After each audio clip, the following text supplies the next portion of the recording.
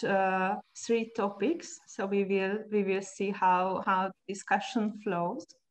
And first of all, I would like to introduce everyone, starting with our guests. So we have here Barbora Berezňáková. Am I right? Yes, hello. Sia, nice to meet you all. Oh, Sia. Yes, who is the director of the film Never Happened, which was a production of Slovakia and the Czech Republic, if I'm right, yes? Yes. And then we have Hazi, who is a researcher and assistant professor of the Department of Film Studies at Eötvös University. And I'm Janka Barkóczi. I'm a researcher at the National Film Institute Film Archive in Hungary, and also an assistant lecturer at the SFA University of Theatre and Film Arts. So we are the participants today. And starting with the first big issue, we were really curious about your working methods. How did you work? How did you shoot these films? Because we have three very different films. They are different in lengths, but there are some common points as well. So I think it worth to compare all these topics you processed during the work. So first, I would like to ask Yuriy about this very interesting portrait of Ivan. How did you meet Ivan, and how did you work with him? I was in documentary school. I'm sorry. I was a student of Marina Razbeshkin with him. Have you seen Yuriy's film anyway? No. Okay. So Beja, we are the only ones who saw all the films. Okay, so this is a very interesting film. Could you tell us a bit about the story, Yuriy? Who is Ivan? Ivan is a member of Komsomol, the organization that doesn't exist in the way it existed in Soviet Union. It's like, how do you say it? Anyway, it's youth organization of Communist Party of Russia. So he's a young communist, very, very ideological and very passionate. And how general is this phenomenon you show us in this film? How general? In modern Russia? Not so general. You mean communist ideology? I mean these young people who are really enthusiastic about these kind of organizations and the communist ideas. There is not so many of them. Before I met Ivan, I didn't know that they exist. Because he seemed very dedicated to me, so he was really very dedicated. Yes, for the cause, the topic. Yeah.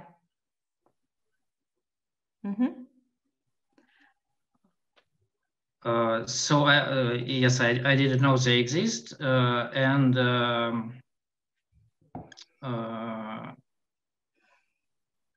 well, it's a whole world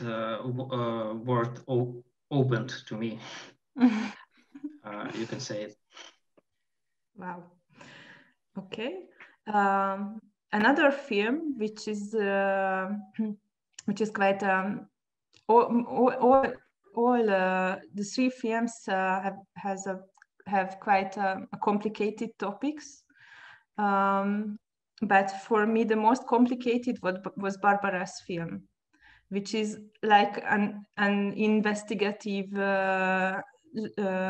documentary in using the working methods of the investigative journalists. So I would like to ask you, Barbara, to tell us more about the working process. How did you prepare this film? How did you find your sources, and what was the concept behind? Yes, thank you. Well, I was really trying not to make it complicated. But the thing with this story, actually with reality, is that reality is kind of complicated itself. And of course, every story, every film, every representation of reality is very much about selecting it, about selection of what you're gonna represent. This was like from a very beginning, this was very, very hard to choose because the reality is kind of unknown. So first there was a big kind of investigation, but I have to a little bit correct that I'm not, I didn't study documentary filmmaking. I approached the topic. I didn't know that I'm gonna make a documentary film. I was interested in the articles, in the people, in researching old archives, and really just very basic, playful, kind of very profane, almost interest. And then it was getting more and more deep and more complex, because not only the story is absurd and complicated and unpunished crime, you know, there is this sense of injustice in society which is setting a big precedence in the whole society for decades. And as you know, like, art should make a world a better place, or you know, like I believe in this. So my aim was kind of like show injustice, but then I got hooked and interested more in actually showing people and characters and how this injustice actually can happen, and I'm very much interested always in the psychology of people who are involved in stories, how they perceive it. And also I was quite young when I started. I mean, what does it mean? But I didn't have so much experience, and I approached the topic with a big idealization of the phenomenon of heroism or this kind of individualistic hero, again, like, this is me and this is unjust or unfair society, and I'm gonna go against it. And that was my main character, Oscar. But when I actually approached him, I saw that he's just like common person, like every one of us, you know. He's not some spectacular hero character, but he's just really down-to-earth person, and he got tangled in something what was way bigger than himself, and he made the choice, which was maybe not the choice out of being a hero, or actually that became a secondary thing to me. And I started to think, what is the story about? Not only about what is happening, but what is the meaning of the story? Obviously there is a lot of meanings to just a single story, right? So for me, the most obvious or most important became the message. What happens if you have unresolved crime in a society? And when it's said, this crime, this story, this murder never happened, and everybody gets away with it. It's swept under the rug, and it creates very big disillusion and disrespect to or mistrust to a legal state, to democratic legal society. So that was the main point for me. And in the narrative, you know, you have to choose. There is many facts and factual story which you want to tell, and you have to tell in order that audience understands what's going on. At the same time, I wanted to focus more on psychology, on the message, on, you know, which was quite a big ambition. And I don't know, everybody has to answer for themselves how much I succeeded, but I was happy. At the end I was happy because it was a big task, but I was very happy with I had the impression that you did a huge research work for this film. Like, you can't imagine, there was a huge research, but what got actually into the movie is maybe like 1/3 of it. I collected like way more footage, way more. I mean, not only footage, but information actually. But some of them, you know, like you are making a movie about the crime which didn't happen in the past, you know. And as a filmmaker, you have to really consider what are you able to shoot, you know, what kind of atmosphere. I'm very visual person. I'm very interested. Movie is a visual approach. It's actually journalistic topic, but I wanted to approach it from a visually different point of view and create something visually more kind of impressionistic almost, with atmosphere, emotion. Yeah, I guess speaking about research behind the documentary, I can really connect to this by asking something a little bit later from Barbora, but asking from Henrique, because watching your movie, which is the shortest one, only 15 minutes, but I was wondering that how much research and background work was behind that 15 minutes, because you actually choose the method of compiling archival materials of from very different sources. So you have a protagonist, you have a central figure, this former journalist, Carlos Alexandre Azevedo, and you actually compile this video and celluloid home movies, documents of street protests and personal photographs, so materials from various backgrounds. And I was wondering that how did you find and put together with this rich and very diverse material you use in your film? Thank you for the question. First and foremost, I directed this along with Lucas Rossi dos Santos. He was my co-director, and he came up with the idea for the film. And very early on, when he proposed me to co-direct this film with him, I am an image researcher, so that's why he wanted that. He was already wanted to create this film that was not only about what happened to the Hemi, but also about memory, and how in Brazil we are facing so many difficulties because of politics, and it is crushing our film industry, and they really treat cinema and films as the devil. And that is our collective memory. That is our the history of our country is in these images. You know, we can tell a lot, we can learn a lot with films, with archival footage, with everything. And we wanted to make this film about the deteriorating state of memory and cinema in Brazil and all over the world, actually. And then we went to many sources on the internet and on various archives, and we really wanted it to be like a bit confusing, and we wanted to explore everything that we could. We did it very experimental way, and we had a lot of cuts, a lot of alternative cuts to what we used.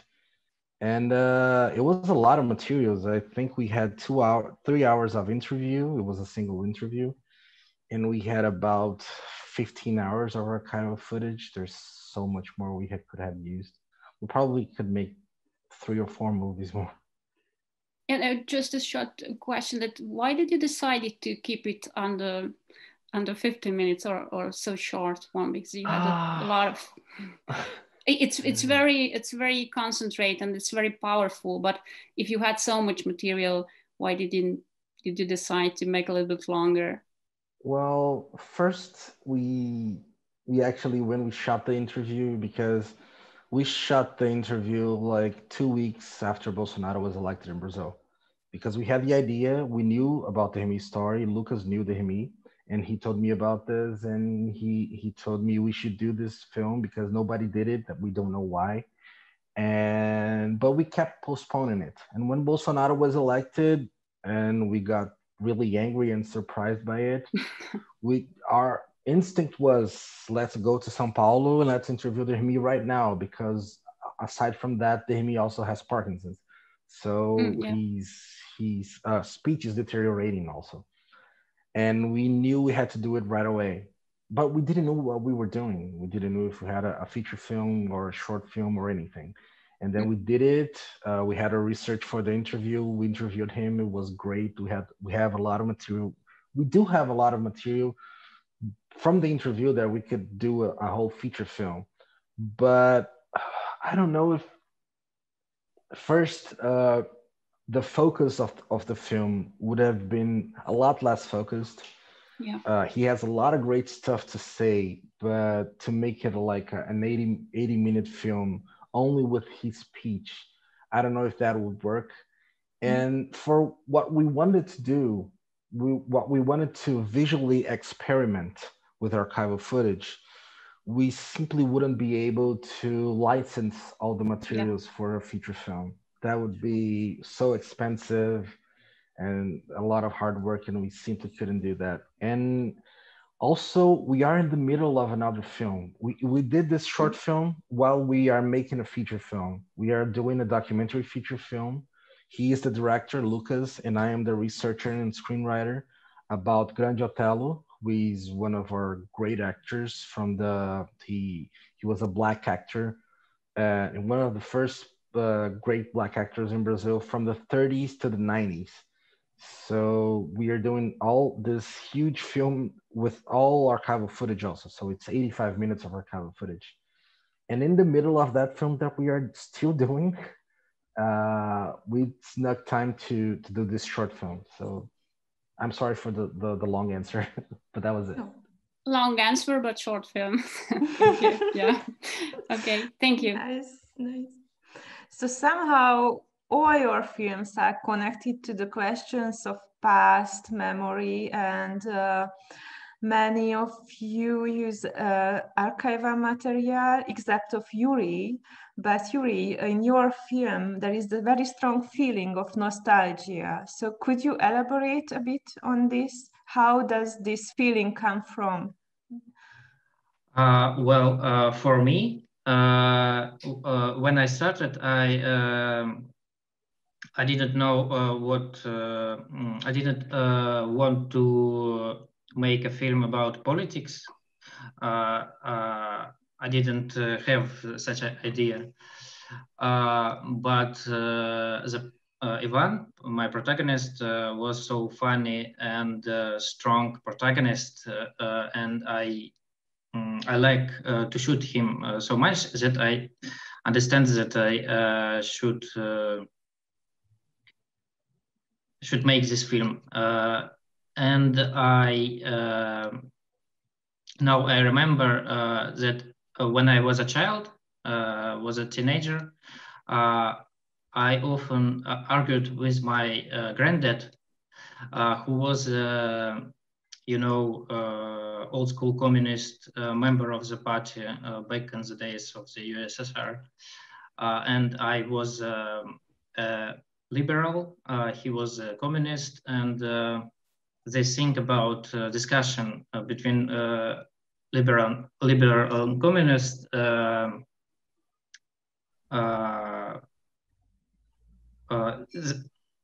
how do you say it?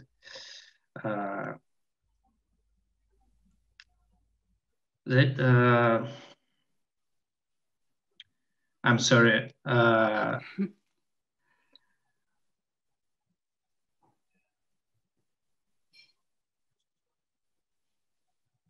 Well, I want to say that it was a thing since I was a child, and for a lot of people in Russia, even if they wasn't born in the Soviet Union, they have a feeling of that time. So a lot of people that watched my film told me that people older than me, 40, 50 years, told me that they understand some details that I even don't want them to remember when they watch. For example, this scene when Ivan take flowers to the monument of Stalin. This scene is a trigger for everyone who watched this film. And I didn't expect this. For me, Ivan's passion and interest to the communist ideas is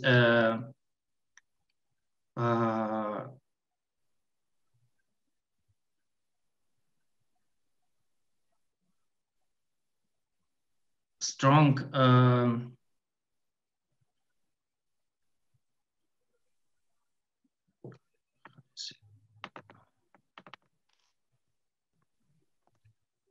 And Yuriy, did he graduate since the shooting? So how is he now? He's in army now. Oh, okay. He's in army. Yeah. So you keep the contact with him? Yeah, we're become friends. Maybe two close friends. Sometimes. Nice, nice. Thank you very much. So I also feel this other kind of nostalgia in the other two films, and you already spoke about the archival material, Henrique. But actually, what was the source of these clips and footages? I'm asking this because I heard about the crisis of the Cinemateca Brasileira, which is, I think, a big issue now, and it's a very sad story that it was closed down. Maybe, I don't know. So, what about this? And how do you feel about this thing? Well, I'll begin with the film. We don't have in the film any footage from the Cinemateca Brasileira. We have a lot of stuff, but I'll get to that in a little bit. We have a lot of sources in our film. We have like the Muybridge Films was one of the first persons who put images in motion. We have stuff that was filmed by the government in the 60s. We have stuff filmed in a clandestine way during the military dictatorship. And we used some filmmakers we know here in Brazil, old-time filmmakers. They gave us license to use these footages. We also used some footages from there's this filmmaker, I think he's from Canada or United States, I don't remember right now.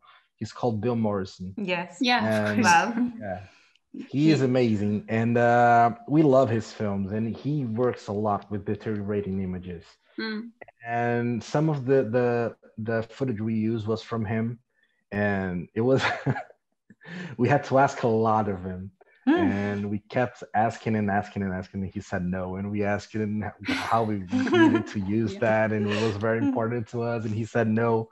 And I think we tired him, and he gave us a permission in the end. And that's a good strategy. We really wanted it. We really thought we needed it. And we had like this, I told you, 15 hours, but we needed these 30 seconds from this guy, you know, we really needed it. And we have also from Andreas Valentin, which is a photographer in Brazil and in Germany. And he had these amazing 8mm films.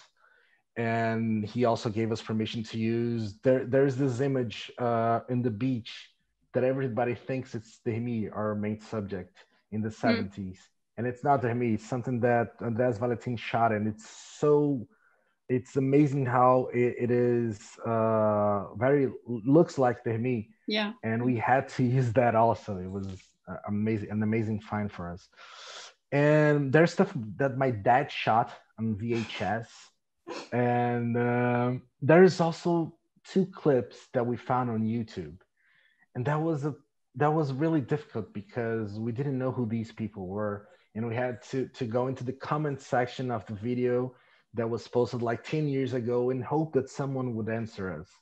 And we got that footage from the airplane, the yellow footage of the airplane that explodes. That is from the English military from the 1920s, I think. And we found someone who had that footage in his backyard, and found it 80 years later and did a reconstruction of it. And that was it. It was a lot of different sources, and also some from our film archives in Brazil, but not Cinemateca. But when talking about the Cinemateca Brasileira, which is now facing its worst ever crisis, it is like the main place in Brazil for film archive, the main place. And it's a very rich archive, and it has films and archives from all over the world. And what they are doing right now, our government, is they are stripping everything from it. They are taking personnel, they are limiting the access of the archives, and there's still volatile material there. So there could be another fire or something. And this other film that I told you that I'm doing with Lucas about the actor Grande Otelo, I think 1/4 of our film, we need to license it with the Cinemateca, and we can't right now. We can't get much information. But we're still trying. I'm sorry about this. It's a very, very sad state. And if we don't do nothing, if we don't act, it's all going to go up in smoke, and we're going to lose that history. Not only Brazil is going to lose that history, but all the world is going to lose that history. Yeah. And that is fucking criminal. I'm sorry for so fingers crossed for the Cinemateca. So we are following the news, and we are with you. Yeah, and thank you very much for the support. It's very important that we talk about this. Yeah, I wanted to ask Barbora, going back a little bit to the title of your film. So actually, this story was actually hot 24 years ago. So it passed almost 2 decades of it. And your whole movie is going against the title, Never Happened. So against this act of erasing the traces, the memory of this organized criminal acts involving complicated relationship between privatization and political crime, organized crime, mafia, all that came with the regime change in Eastern European countries, in Hungary as well, but in a different form. I wanted to ask that how difficult it was for you to make your interviewees remember and talk about this thing, as you work with many, many people, a lot of relatives, friends, former politicians, policemen, security officers, so a lot of different people, and all they try to recall past events. And what was the way you talk with them or make them to remember these things that has to be forgotten?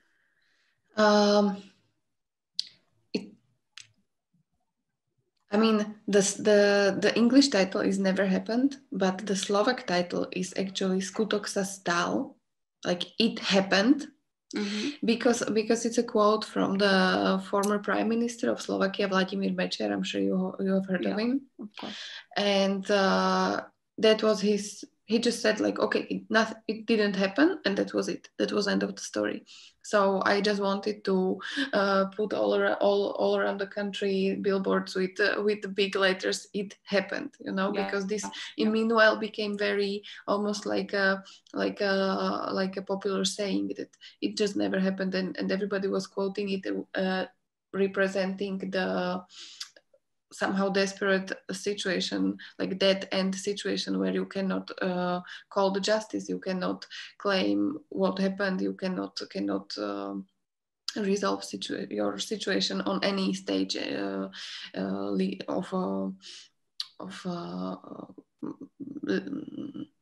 public legal processes or individual or commercial, whatever. Which represented the deep crisis of a legal state. And how difficult it was to talk to people. I mean, it was and wasn't, because, I mean, with Oscar, obviously, I was working with him. I got to know him first. I got to, so it also changed and evolved the relationship and the it's visible process. In the film. It's visible, the development of your relationship. Yes, absolutely. That's why it takes time.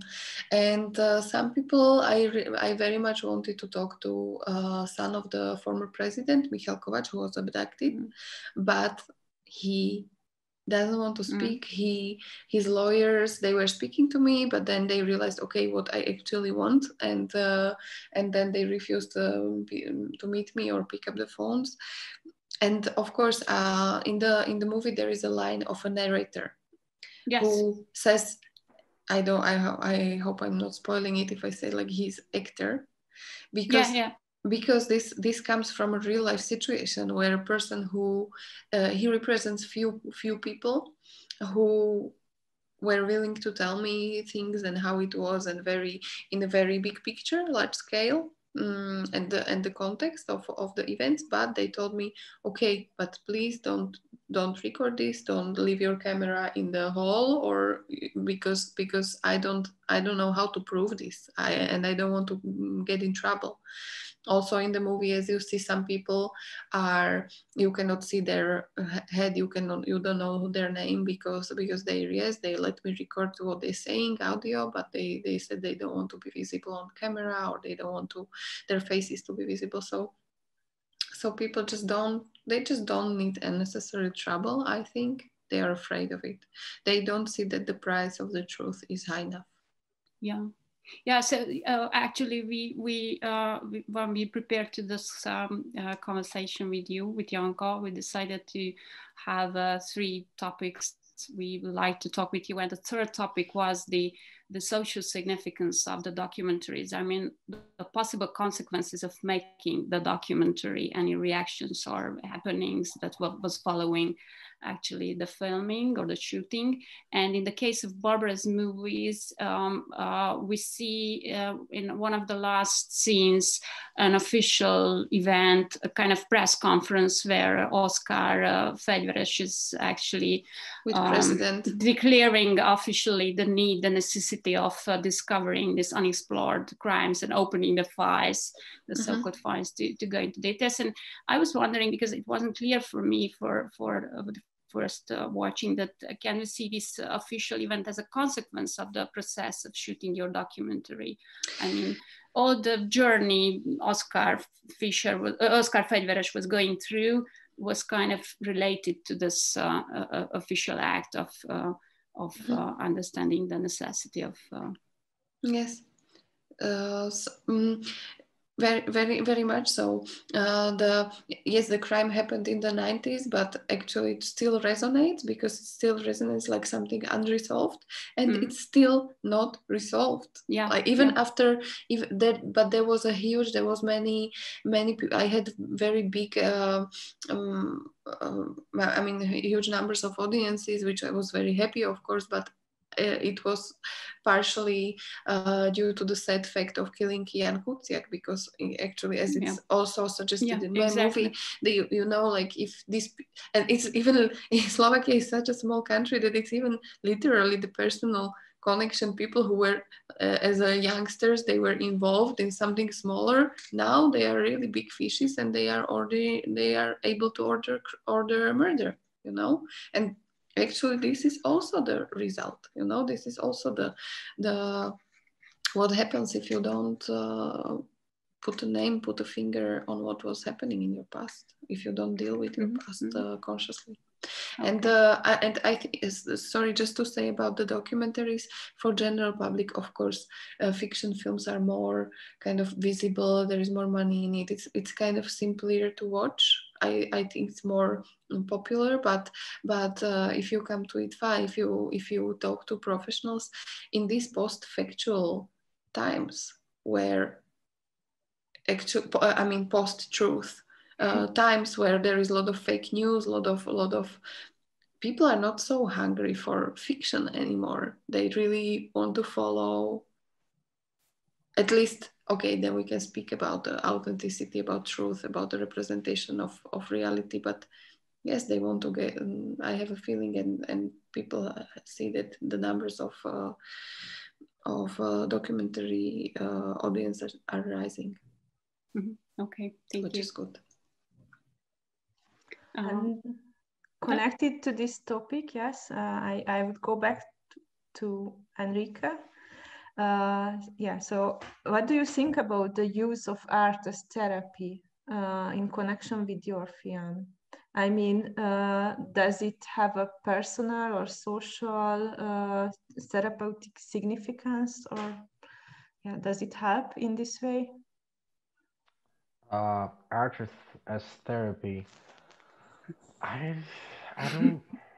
Did you experience this? I mean, showing the film. Because in one level, I think I understand what you're saying. In one level, I believe in art as therapy, and in Dehemi, who is our main subject in the film, he does. He goes every week to an association for Parkinson's disease, and he was an actor in a play, a Shakespeare play, and we filmed that, but we didn't use. And he said that was very therapeutical for him, also not because of not only for the Parkinson's, but because of everything that was going on. And I really think that art could be therapeutic as entertainment, and it can be therapeutic as a way of helping us understand everything that's going around us. I think that's very therapeutic. And doing it, I don't know if it's exactly therapeutic for me doing this film, but it was very informative, and to me that's some kind of therapy, because researching this film, I learned so much about the gruesome history of Brazil, and how we have a terrible history in modern history. And it kind of, I needed to put that on the screen, you know, because it's fucked up, and it's good to let it out there and people watch it. And I think the most therapeutic thing for me is to talk about the film with people, and people who watch the film and talk to us and say their experience about it, and people who know me, or people who know someone who something similar happened to them, because the is just one case, you know, there's tons of similar cases in Brazil. And I think that way, I don't think I truly answered your question, but that's what I have to say about it. Yeah, because you mentioned this in the film, I think at a point that there are many cases like this this story with the child. And yeah. That is one. If we ever do a feature film, answering to Beja's earliest question, we may be doing a feature film about all the cases of the children who were used against their parents during the dictatorship, including Dermi and Carlos. But if we ever do a feature film of that, we're gonna try to tell the story about all these children. Thank you. Yeah. Yeah, so our time will shortly end. I would like just to address a final question for Yuriy about your hero, Ivan. During the whole documentary, I had this strange feeling that at the same time you are very close to him, like you seem to be friends. He's talking a lot to you. And from the other way, he appears to be in a very ironic way. He's a very strange guy who's doing strange things. So I was wondering that do you know any reactions of the audience about what kind of feelings or emotions raises Ivan as a young guy who is dedicated and enthusiastic about communism? The audience, there are very different points of view of the audience. Some said that he is young Hitler or young Stalin. In fact, he was on Russian premiere of the film. He is a very brave guy, and he was on stage and answered the questions of audience. And some woman said that he is young Hitler. That wasn't. I feel bad about this. Yeah. And some people who watched the film said that they felt in love with him as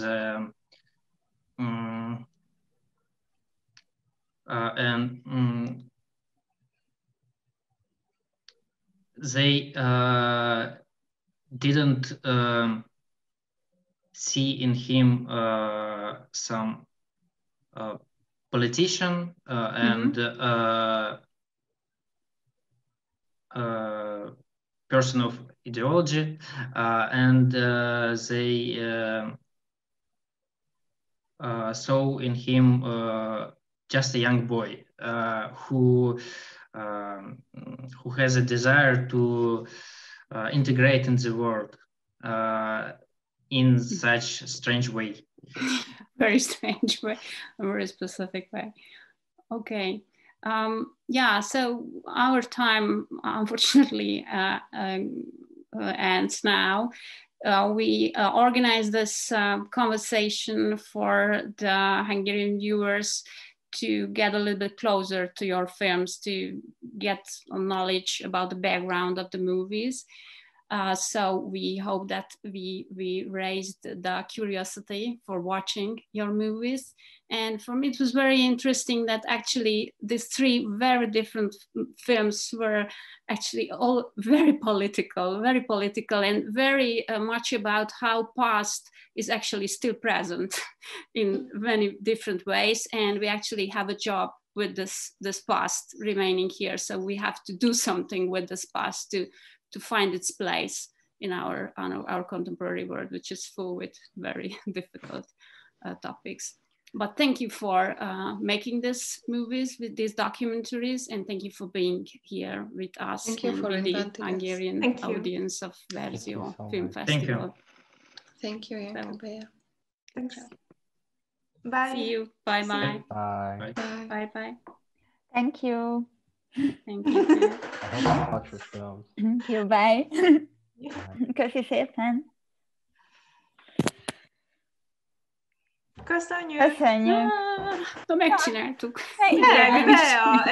Azt hittem, hogy teljesen timingot ezt tartottuk. Igen. Magam is meg. Viszont figyelj, nem tudom, ezt valahogy lehet, hogy kommunikálni kéne a szervezők felé, ha még lesz ilyen kerekasztal, hogy esetleg küldjék már át a résztvevők. Egymásnak a filmjeiket. Igen, mert ez így most, tehát hogy így így csak ugye, nagyon mi mindenki próbáltuk, mi próbáltuk összeterelni őket, de ők szegények nem tudtak annál többet csinálni, mint hogy a saját akkor reflektáltak, de hogy valami interakció kialakulna. Igen, lehet, hogy nem tudják megnézni, de legalább legyen meg a lehetőség. Ja, vagy legalább akkor lehet megnézik a trélert, vagy valami. Vagy igen. Így azt csinálják valószínűleg, hogy megbátorítva rá. Igen, ja, mert szerintem most így googlizták ki, hogy igen, esetleg ki a másik. Igen, abszolút. Most az előbb volt egy Diák filmes panel, és ott is ugyanezt éreztem. Úgyhogy ez egy jó ötlet szerintem. Igen, ja. Igen, mert hogyha eljönnek személyesen, akkor még meg tudják nézni, hogyha olyan élőben van a fesztivál, de most tényleg csak így lehet, hogyha megkapják a linket. Jó, ezt mondani fogom Enikőjéknek, hogy... Köszönjük. Vagy a Marinak, vagy nem tudom, mindegy. Valakinek. De köszi, és akkor ez majd felmegy az internetre, de persze ezeket levágom majd róla, amit most... Nem, csak ezeket. Ez mondjuk ez a személyesség. Nem? De hogy ezt is azok fogják tudni megnézni, akik ugye részt vesznek a fesztiválon, vagy ezt hogy van? Nem, ezek a közösségi médián lesz. Ja, ez ki lesz szabad elérés. Aha, nem tudom, kicsit minden nagyon bonyolult még nekem is, de hogy ezek nem jegyesek lesznek.